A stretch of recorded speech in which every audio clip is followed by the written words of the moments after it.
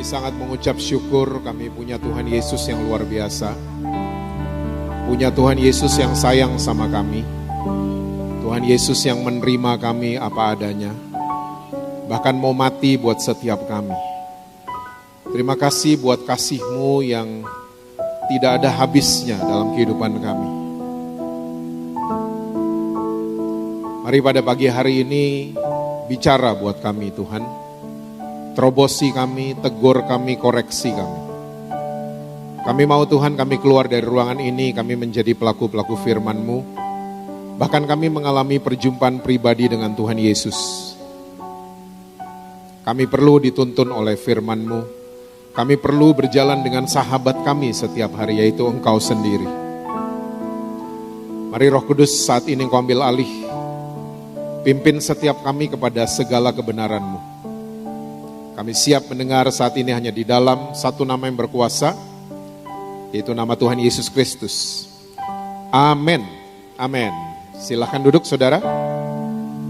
Saudara mau berdiri juga boleh. Shalom saudara-saudara.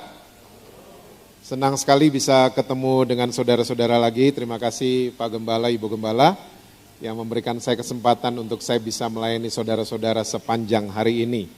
Oke, saudara semua masih percaya Yesus? Masih ya, masih baca Alkitab? Jangan sampai enggak itu ya.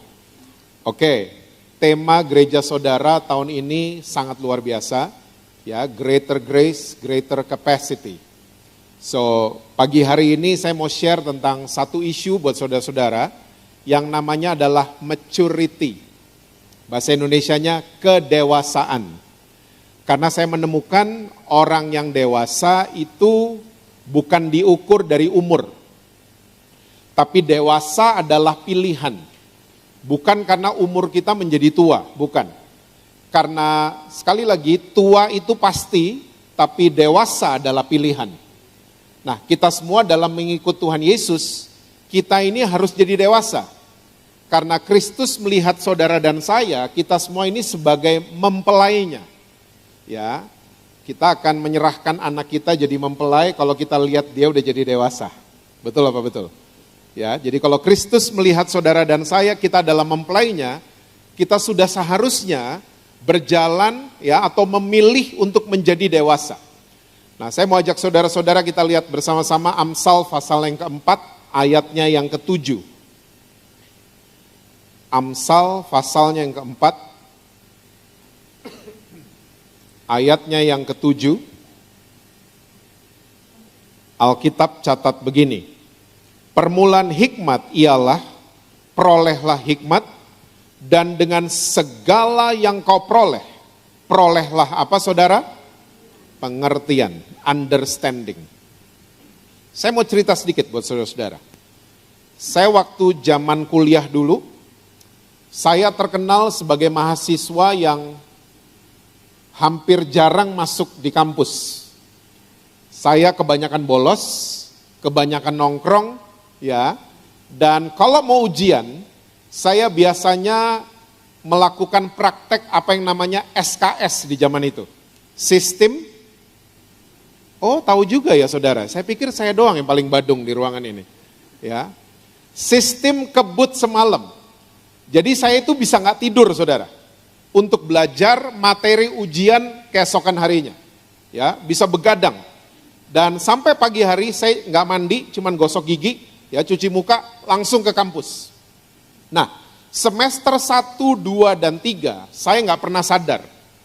Setiap habis SKS, datang di kampus, hari ujian nih, ya, ada teman saya, ini hal normal terjadi, ada teman nyapa saya di kampus, Jess, begitu. Saya noleh, dan kita mulai ngobrol. Dan waktu kita lagi ngobrol, saudara tahu nggak apa yang terjadi? Itu semua huruf yang ada di kepala saya, berjatuhan semua. Karena ngobrol sama teman. Hasilnya semester 1, 2, dan 3, setiap saya ikut ujian, hasilnya tidak maksimal. Semester 4 sampai lulus, baru saya sadar.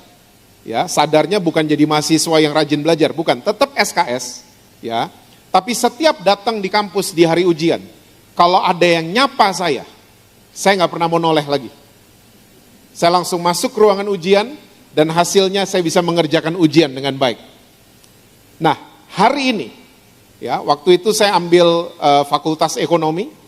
Hari ini kalau saya ditanya, Jess, masih tahu nggak materi-materi kuliah zaman itu yang kamu ambil? Tahu keuangan negara, tahu, ya, tata negara, ekonomi makro, ekonomi mikro, matematika bisnis, masih tahu semua.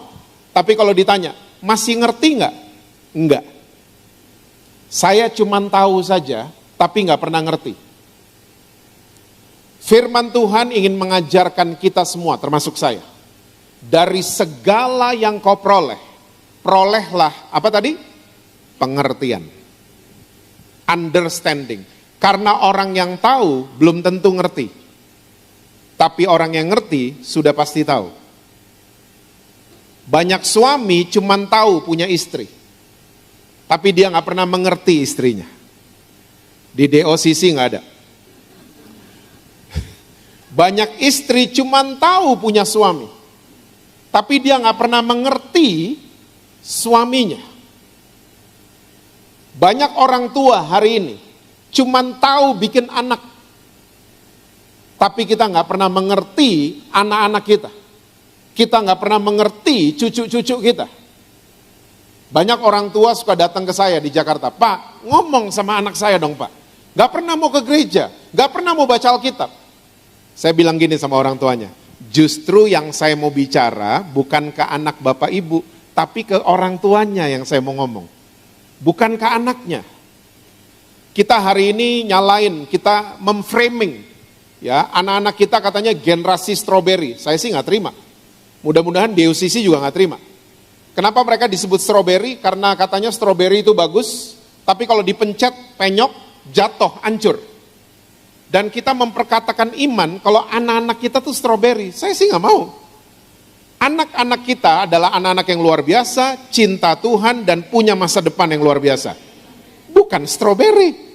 Dan kalaupun mereka jadi strawberry, yang patut dipertanyakan bukan mereka, tapi siapa?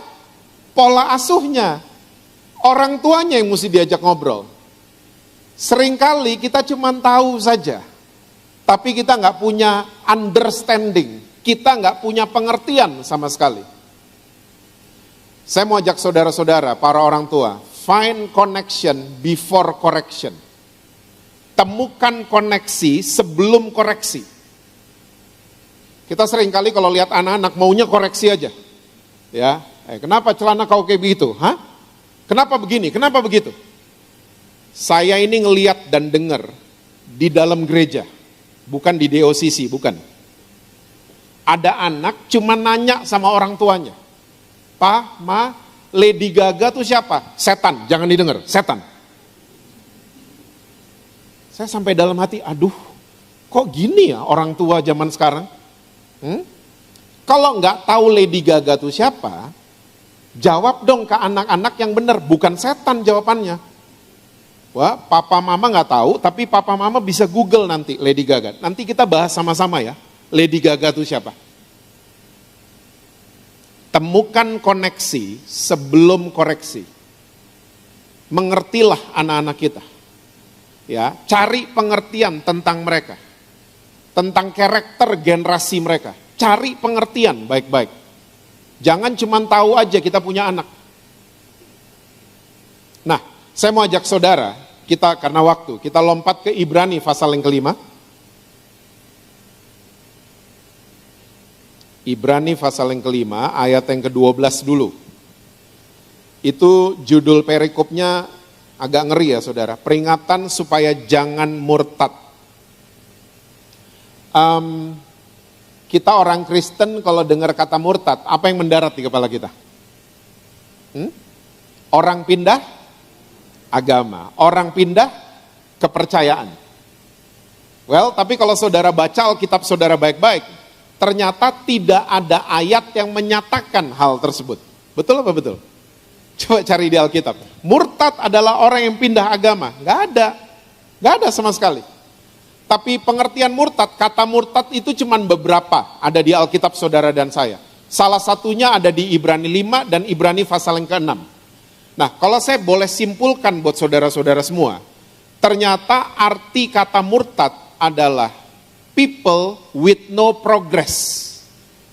Bukan orang yang pindah agama. Ya, pengertian murtad sesungguhnya adalah seseorang yang gak pernah mengalami kemajuan. Gak dewasa. Di situ-situ aja terus. Gak berkembang. Gak mau jadi dewasa. Gak mau bertumbuh. Gak mau berubah. Nah, ini pengertian orang murtad. Bukan orang yang pindah agama. Ya. So, hari ini banyak orang Kristen murtad. Di DOCC gak ada. Jadi pengertian murtad bukan pindah agama atau pindah kepercayaan, tapi pengertian murtad ya adalah orang yang tidak mau progres. Di situ aja, status quo, gak mau bertumbuh, gak mau berubah sama sekali. Nah, penulis Ibrani kasih analogi dengan makanan keras dan susu. Oke, yuk kita baca ayat 12, saya bacain buat saudara. Sebab sekalipun kamu ditinjau dari sudut waktu, sudah seharusnya menjadi pengajar, kamu masih perlu lagi diajarkan asas-asas pokok dari penyataan Allah. Dan kamu masih memerlukan susu, bukan makanan keras. Susu untuk siapa saudara? Bayi, anak-anak. Makanan keras untuk orang dewasa. Jadi penulis Ibrani menggunakan analogi susu dan makanan keras. Susu, kalau bahasanya Jesse Lantang, ini adalah orang-orang yang mau tahu beres. Ya, mentalnya mental dicekokin sama Pastor Rudy. Ya, gak mau ngunyah sendiri, maunya tunggu aja hari Minggu. Ada masalah mana anak, tunggu aja nanti hari Minggu. Gak pernah mau coba mengunyah. Gak pernah mencoba untuk digesting. Akhirnya banyak mentalitas orang Kristen, mentalitas susu. Maunya tahu beres, maunya cuma dicekokin. Ya, gak pernah berusaha untuk mengunyah makanan keras. Saya punya sahabat, agak-agak ribet nih sahabat saya. Dia ini orang Iran, tapi mamanya orang Bulgaria. Dia gede di Prancis, nah ribet kan? Ya, jadi ada beberapa kultur ada di dalam kehidupannya. Nah, kita ini 1 tahun sekali pasti ketemu, karena dia tinggalnya sekarang udah di Washington. Setahun sekali kita ketemu di Pulau Bali, nggak jauh dari Kupang. Ya, nah setiap ketemu, waktu terakhir kita ketemu nih 2024 kalau nggak salah. Setelah pandemi kita cuma bisa Zoom, cuma bisa video call, akhirnya kita ketemu. Ya, di Bali, peluk-pelukan. Dan saudara mesti tahu, kita berdua kalau ketemu di Bali, kita punya makanan favorit. Ya, di restoran namanya The Hub, di Jalan Bypass Sanur. Ya, nama menu yang favorit kita berdua adalah babi kecap. Yang Balinese ya. Karena ada 2 di situ, ada Chinese babi kecap, Balinese babi kecap. Ya, catat. The Hub di Sanur. Ya. Nah, waktu kita pelukan, dia langsung tanya itu restoran masih ada nggak gitu? Oh masih gitu. Babi kecapnya masih ada, masih. Let's go katanya. Saya udah kangen banget. Kita ke sana. Ya, 2 babi kecap. Datang makanan kita. Ini digedein di mantan ibu kota Indonesia. Ya, sahabat saya digedein di Paris, Prancis. Kita makan. Saya nggak sampai 8-9 menit makanan saya habis. Saya noleh ke sahabat saya, dia baru 2 hap. Saya tanya, rasanya beda? Oh enggak, sama kok, enak banget. Ya, kamu soalnya kelihatan nggak suka. Mosok kamu lupa, dia bilang gitu. Kamu kan digedein di Indonesia, saya digedein di Prancis. Orang Indonesia itu diajarin mengunyah 32 kali. Perancis 72 kali.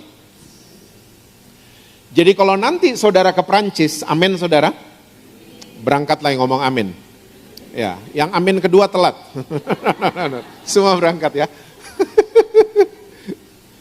Kalau saudara ke Perancis, kalau udah jam makan malam dan restorannya penuh, ya, udah nggak boleh masuk, langsung di close.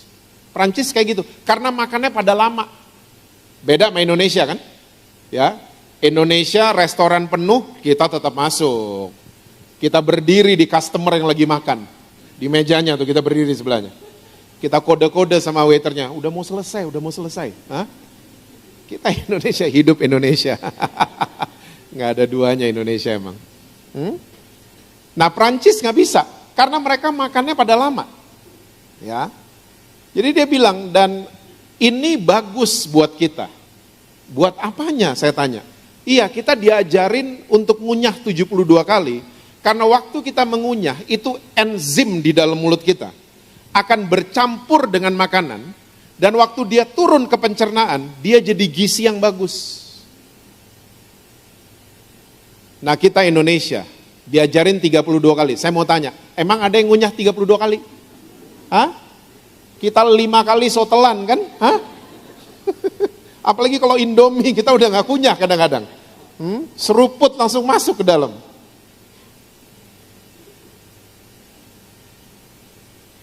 Nah saudara, ternyata ini maksudnya firman Tuhan. Seringkali kita itu jadi tidak sehat rohani kita. Coba, orang Indonesia makannya kalau makan kecepatan, lihat apa yang terjadi. Perut kita kembung, betul nggak? Kita pakai sepatu keringet dingin tiba-tiba. Ya, karena pencernaannya itu nggak siap. Terima makanan dengan cepat sekali. Nggak siap kita. Nah sama juga dengan firman Tuhan. Ya, orang yang mau jadiin firman Tuhan itu seperti susu, lama-lama nggak sehat, terlalu cepat semua didigest, ya, terlalu cepat. Akhirnya waktu dia mau ngambil keputusan berdasarkan firman Tuhan, keputusannya seringkali salah. Karena apa? Kita terlalu kekanak-kanakan. Kita nggak mau ambil waktu untuk digest, untuk mengunyah makanan keras. Nah ternyata Rasul Paulus, yuk kita baca ayat selanjutnya, ayat 13. Ibrani 5 ayat 13. Sebab barang siapa masih, apa saudara? Tahu beres. Ya, mentalnya tahu beres. Memerlukan susu, ia tidak memahami ajaran tentang kebenaran. Bahasa Inggrisnya righteousness. Sebab ia adalah anak kecil. Makanya Rasul Paulus di Roma pasal yang kedua, nanti aja baca di rumah. Rasul Paulus bilang gini, ahli Taurat, mereka adalah pengajar-pengajar orang-orang yang belum dewasa. Betul kan? Coba, saudara punya anak-anak atau punya cucu, ya cucu saudara atau anak saudara bawa teman ke rumah. Yang kita ngomong ke mereka apa? Nak, awas nak, itu air panas. Nak, itu pisau tajam loh nak. Nah itu dispenser yang warna merah air panas, hati-hati nak. Kita sama anak-anak kecil selalu omongan kita do and don'ts, boleh dan gak boleh. Betul apa betul? Udah tua-tua kayak begini, datang ke rumah Pastor Rudy, om hati-hati itu pisau tajam om. Tante hati-hati itu air panas ya tante. Kan gak perlu orang tua digituin. Makanya Rasul Paulus bilang, ahli Taurat, ahli loh. Mereka pengajar orang-orang yang belum dewasa. Karena hukum Taurat isinya cuma do and don'ts. Boleh ini, gak boleh itu. Makanya penulis Ibrani jelas mencatat, orang yang masih memerlukan susu, dia tidak mengerti ajaran tentang kebenaran. Coba saudara, pikirin baik-baik. Semua agama sampai ke hukum Taurat ngajarin prinsip kebenaran semua sama. Ya, kamu bikin baik, kamu terima baik, kamu bikin jahat, kamu terima yang jahat. Semua ngajarin prinsip kebenaran yang sama. Cuman Yesus yang datang ngajarin prinsip kebenaran yang berbeda. Ya. Kamu baik, kamu terima yang baik. Kamu jahat, kamu tetap menerima kebaikan. Karena semua kejahatan kamu, saya sudah tanggung di atas kayu salib. Cuman Yesus yang ngomong kayak gitu. Pengertian righteousness itu seperti itu. Ya, righteousness itu bahasa Yunaninya dekayu. Bahasa Inggrisnya kalau langsung diterjemahkan jurisdiction. Posisi artinya, territory, righteousness. Orang Kristen nyasar itu normal. Ya. Makanya saya mau ajak saudara-saudara belajarlah dari Grab driver. Grab driver kalau nyasar, supir Grab, dia selalu telepon sama yang order, pengen sesuai titik. Dia pengen balik ke titik sesuai dengan order. Orang Kristen udah nyasar main sandiwara. Nggak mau balik ke titik semula. Nggak mau. Kita malah pakai topeng, ya, jadi aktor, jadi aktris. Orang Kristen. Di OCC nggak ada. Ini saya ngomong orang Kristen Jakarta. Righteousness. Posisi. Cuman Yesus yang ngajarin seperti itu. Makanya orang yang tahu beres, cuman mau disuruh-suruh ini boleh, ini enggak, ini boleh, itu enggak boleh. Akhirnya dia enggak ngerti posisi dia di mana. Itu maksudnya. Dia enggak ngerti his righteousness. Dia enggak ngerti. Makanya saudara masih ingat enggak ayat yang terkenal itu, Matius 6 ayat 33. Carilah dahulu kerajaan Allah dan kebenarannya. Itu bahasa Inggrisnya seek his kingdom first and his righteousness. Seharusnya bahasa Indonesia yang tepat adalah carilah dahulu kerajaan Allah dan posisi yang tepat di hadapan Tuhan. Nanti semua akan ditambahkan buat kamu. Kita perlu upgrade posisi kita. Jangan pernah settle di posisi yang salah. Karena kita bukan anak-anak lagi. Ya, kita ini seharusnya sudah bisa mengunyah makanan keras. Dan itu yang disebut dengan righteousness. Bisa mengunyah, bisa digest, ya, makanan keras. Wah, Pak, saya selalu tanyanya sama hamba-hamba Tuhan aja, sama Pastor Rudy dan lain sebagainya. Nah ini dia. Saya kadang-kadang kalau di airport suka geli-geli sendiri. Ya, lagi ngantri tiba-tiba, wah ada pendeta di pesawat saya, pasti aman pesawat saya. Saya ngeliat, gini nih, anak-anak selalu mesti ada babysitter supaya ngerasa aman. Banyak dari kita tanpa kita sadari, kita nggak dewasa. Kita mentalnya mental dicekokin banget. Kita nggak mau berusaha mengunyah makanan keras. Sekarang saya mau ajak saudara, ayat 14. Kita lihat. Ibrani 5 ayat 14. Tetapi, apa saudara? Solid food. Makanan keras adalah untuk orang-orang DOCC. Betul nggak? Yang karena mempunyai panca indera yang terlatih untuk membedakan yang baik daripada yang jahat. Ini orang dewasa, dia bisa bedain mana yang dari Tuhan, mana yang bukan dari Tuhan. Mana proyek dari Tuhan, mana proyek yang bukan dari Tuhan. Dia bisa bedain. Bukan boleh dan gak boleh terus. Kita bisa bedain, oh ini pisau tumpul ini, gak apa-apa ini. Oh ini pisau tajam sekali, hati-hati. Kita bisa bedain. Ya, oh ini air panas, ini air dingin. Kita bisa membedakan. Saya di Jakarta, saya masih menjalankan bisnis F&B, saudara. Food and beverage, makanan. Buat saya, master chef itu mama saya. Bukan Gordon Ramsay, bukan Juna, bukan. Master chef itu mama saya. Oke. Juna sama Gordon Ramsay marah-marah karena ada kamera. Mama saya dapurnya nggak ada kamera, tapi dia selalu marah-marah. Mama saya, truly master chef. Nah, kita biasanya sebulan 3-4 kali, paling banyak 4 kali. Kita suka nyobain makanan, food testing, menu baru. Kita cobain sama-sama. Saya punya tim the tester namanya. Ini mulutnya pada silet semua. Kalau nggak enak, mereka bilang nggak enak. Ya, kalau mereka bilang enak, baru saya berani jual. Nah, mama saya selalu ikut. Kalau ada food testing, nyobain makanan, dia selalu ikut. Dia nyobain nggak 1 piring, saudara, enggak. Dia nyobain cuma 1 sendok. 1 sendok.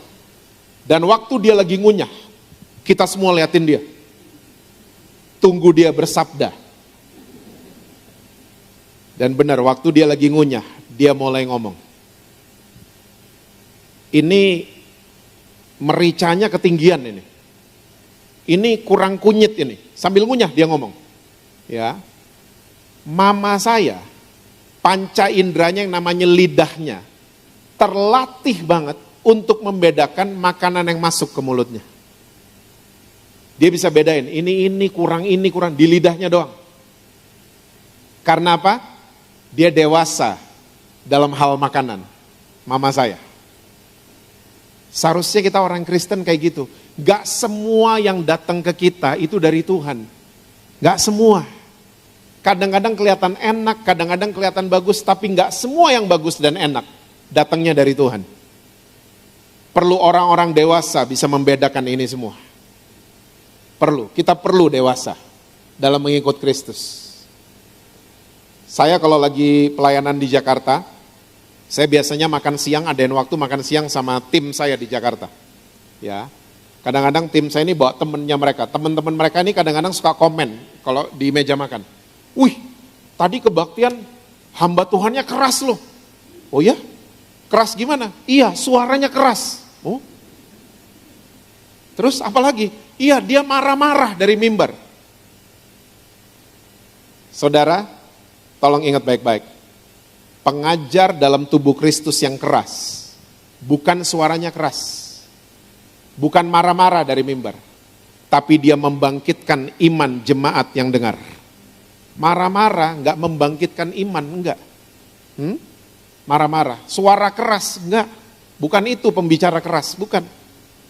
Tapi pengajar yang keras adalah pengajar-pengajar yang mengaktifkan orang-orang sampai mau digest, mau mengunyah. Selesai kebaktian, saya tahu, saya mau ambil keputusan apa. Saya tahu, saya mesti ngomong apa sama suami saya tahu. Gitu dong. Ya, anak-anak juga sama, kalau saudara orang tua. Bangkitkan iman mereka, bangkitkan rasa cinta mereka sama Tuhan Yesus. Bukan ditakut-takutin. Lama-lama mereka jadi mental susu terus. Ya, gereja, Tuhan Yesus sudah mau datang, gereja. Saya digitu-gituin soalnya dari kecil dulu. Hari ini saya udah 53 tahun, Yesus belum datang. Cuman ditakut-takutin soalnya dulu. Coba sama anak-anak, bangkitkan iman mereka sejak mereka dini ini. Amin, saudara-saudara. Yuk sekarang kita lihat 2 Petrus 3 ayat yang ke-18. 2 Petrus 3, kalau saudara scroll ke atas, itu judulnya Hari Tuhan. Hari Tuhan. Petrus ngomong gini, tetapi apa saudara?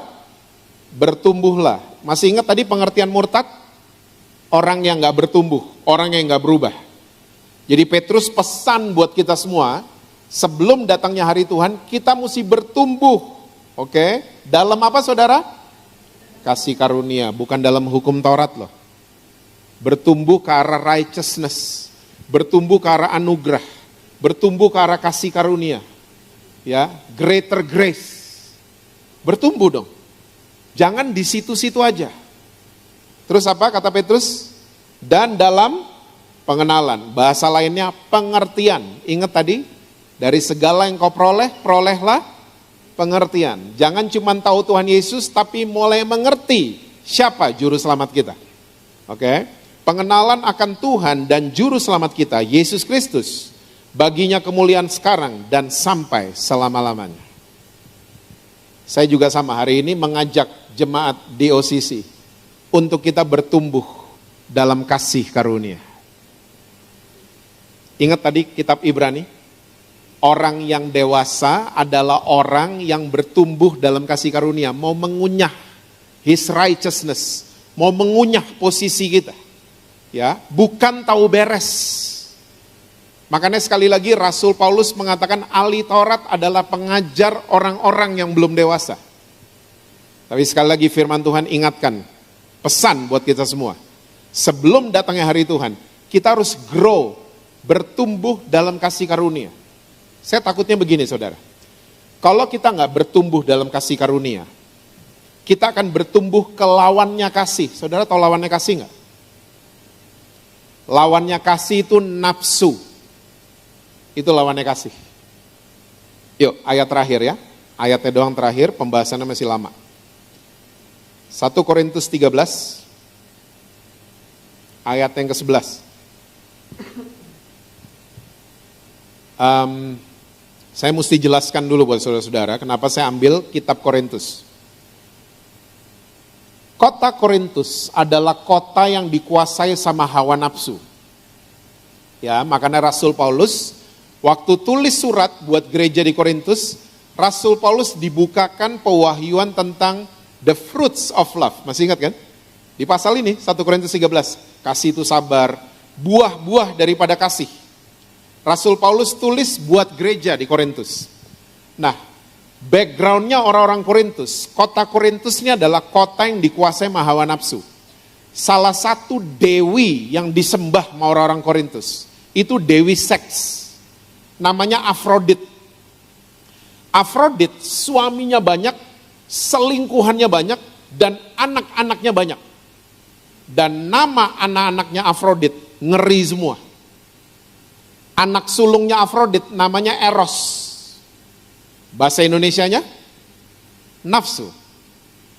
Anaknya Afrodit yang nomor 2 namanya Phobos. Akar kata dari fobia. Ya, bahasa Indonesianya takut.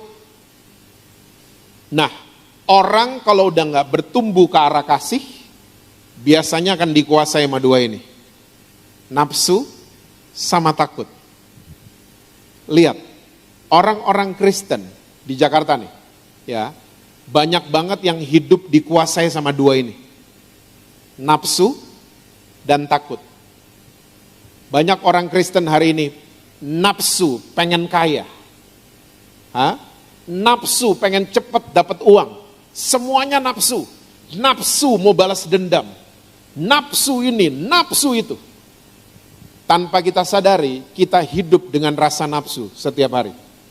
Waktu saya telusuri, kenapa? Karena kita nggak bertumbuh ke arah kasih. Akhirnya jadi nafsuan. Nafsu ini, nafsu itu. Lihat barang nggak bisa tahan diri. Ya, lihat ada barang baru nggak bisa tahan tabungan. Nafsuan kita. Ditambah dengan pengaruh sosial media. Kita kayaknya harus makan di sana, harus punya barang ini, harus pergi ke sana, dan seterusnya. Makanya banyak orang sekarang penyakitnya sama. Tahu nggak apa? Asam lambung. Karena apa? Tanpa kita sadari, ini informasi masuk semua kan, tempat ini, tempat itu. Pikiran sama lambung itu ada underpass di dalam. Nyambung. Makanya kena GERD lah, asam lambung lah, dan lain sebagainya. Nafsu. Dan banyak orang Kristen hari ini lagi ketakutan. Takut ini, takut itu. Yang kemarin divaksinnya apa ya? Ketakutan kita. Saya percaya darah Yesus lebih besar dari vaksin yang kita terima. Jangan terlalu takut, apa aja takut. Orang Kristen loh. Ya, punya Alkitab, segala macam versi punya. Tapi ketakutan.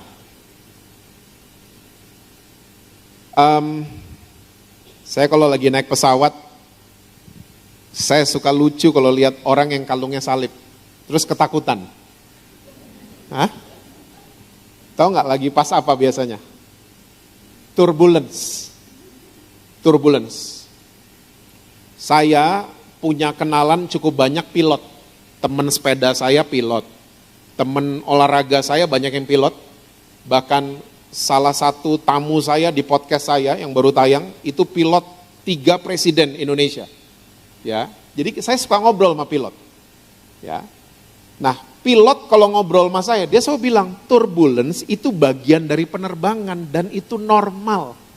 Normal, nggak perlu takut. Pesawat itu didesain ya dengan canggihnya untuk bisa lewatin turbulence.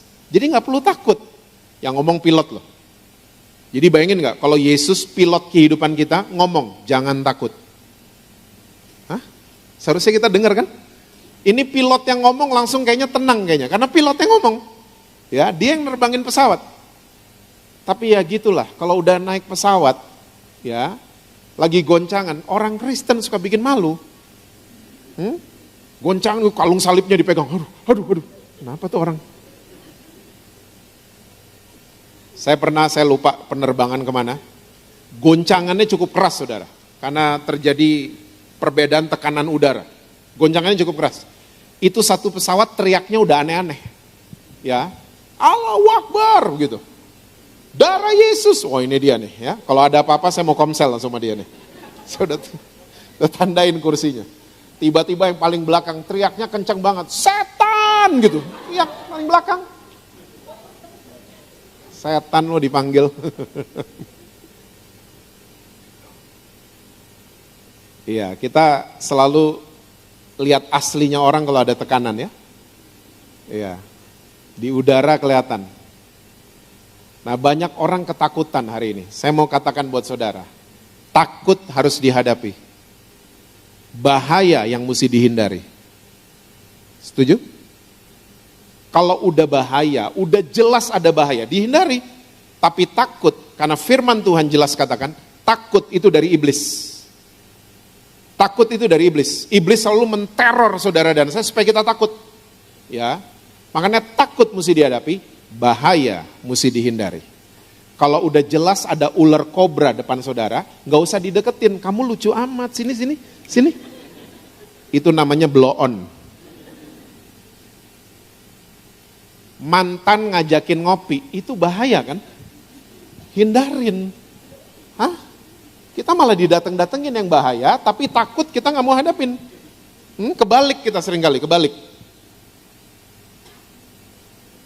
Bahaya dihindari. Takut dihadapi. Karena saudara dan saya berjalan dengan Tuhan Yesus yang luar biasa. Takut dihadapin.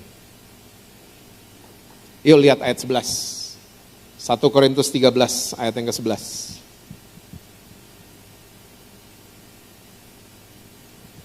Ketika aku kanak-kanak, aku berkata-kata seperti kanak-kanak, aku merasa seperti kanak-kanak, aku berpikir seperti kanak-kanak. Sekarang sesudah aku menjadi apa saudara? Dewasa. Aku meninggalkan sifat kanak-kanak itu. Kata meninggalkan ini kurang pas di Alkitab bahasa Indonesia. Ya, karena kalau saudara pelajari dari bahasa aslinya, ternyata artinya adalah destroy. Ya. Jadi waktu kita jadi dewasa, kita menghancurkan sifat kanak-kanak itu. Bukan ditinggalin, karena kalau ditinggalin bisa balik. Ya. Kita menghancurkan sifat kanak-kanak itu. Saya adalah seorang yang senang sama anak-anak. Saya kalau di kebaktian ada anak nangis, saya nggak terlalu terganggu sebenarnya. Ya. Saya soalnya cinta banget sama anak-anak. Oke. Nah, anak-anak itu kalau di Jakarta, di mall. Ya. Kalau mereka lagi flu, terus mereka minta es krim, nggak dikasih sama orang tuanya, terus mereka nangis, itu lucu banget. Aku mau es krim, lucu banget. Ya, gemes tapi mau ngasih juga nggak boleh kan sama orang tuanya. Ya. Anak-anak lucu ya kalau kayak gitu. Udah tua-tua kayak begini. Kalau di mall kayak gitu kira-kira gimana ya? Hah? Aku mau es krim gitu, ha? Saudara ngelihat saya gitu aja udah aneh kan? Hah? Tapi nyatanya banyak orang Kristen kayak begitu. Udah tua, udah berumur, tapi kekanak-kanakan. Banyak masih. Di OCC yang gak ada. Saya ngomong Jakarta. Hah? Udah tahu suami orang, udah tahu. Hah? Dia suami orang gitu, tapi dia paling sayang sama aku. Dia paling perhatian sama aku. Hah? Udah tahu padahal, dia istri orang loh. Hey, halo. Tapi pakai begitu. Udah berumur sih. Tapi kekanak, bahasa Inggrisnya childish. Childish. Makanya Rasul Paulus habis dia tulis soal kasih itu sabar bla bla bla bla bla. Dia tulis soal ini. Waktu aku memutuskan menjadi dewasa, aku menghancurkan sifat kanak-kanak itu. Destroy, katargeo bahasa Yunaninya. Dihancurkan semuanya. Karena dewasa sekali lagi adalah pilihan. Bukan karena umur kita jadi dewasa. Makanya ada istilah tua-tua keladi. Oh, saudara pinter loh gini-ginian. Hah? Tua-tua keladi. Childish. Udah berumur tapi kekanak-kanakan. Saya percaya, waktu kita bertumbuh ke arah kasih karunia, kita nggak murtad lagi. Kita memilih untuk dewasa. Saya percaya hal-hal yang dewasa juga akan mendarat dalam kehidupan saudara. Seperti kata tema gereja saudara tahun ini, Greater Grace, kita makin mengerti kasih karunia lebih besar, ya. Saya percaya kapasitas saudara juga akan diperbesar. Ya, karena kita mengerti semua yang saya terima, semua yang saya miliki, itu semua cuman karena anugerah dari Tuhan. Amin, saudara-saudara.